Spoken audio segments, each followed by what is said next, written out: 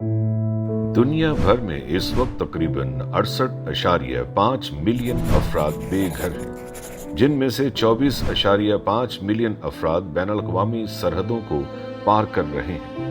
مہاجرین اور غیر قانونی تارکین وطن کرونا وائرس اور دیگر خطرناک بیماریوں میں مبتلا ہو سکتے ہیں۔ تارکین وطن اور مہاجرین اپنی قانونی حیثیت، مختلف زبان کا بولنا، امتیازی سلوک اور دوسرے مسائل کی وجہ سے طبی سہولیات کے حصول میں مشکلات کا سامنا کر سکتے ہیں۔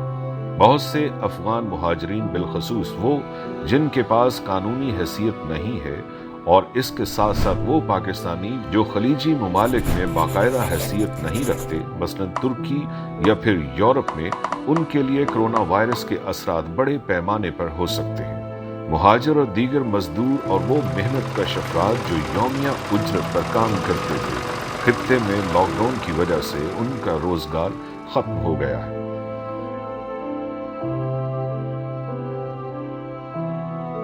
میزبان ملک میں مفلوج صحت کا نظام، ناقص صفائی اور آلودہ پانی کے باعث تمام مہاجرین یا تارکین وطن کے لیے ویکسین سے بچنے والی بیماریوں سمیت متعدد بیماریوں کے انفیکشن کا خطرہ بڑھ جاتا ہے۔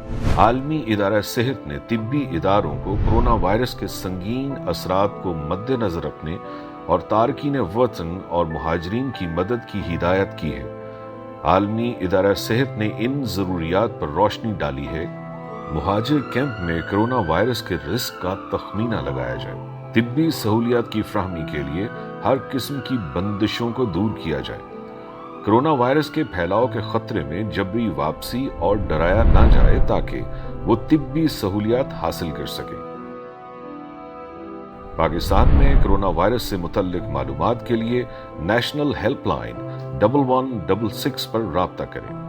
کرونا وائرس کی موجودہ صورتحال میں بیرون ملک ہجرت یا سفر، تعلیم یا روزگار کے مواقعوں کی معلومات حاصل کرنے MRC کاؤنسلر سے براہ راست ہاٹ لائن 0304 111 2123 پر رابطہ کریں۔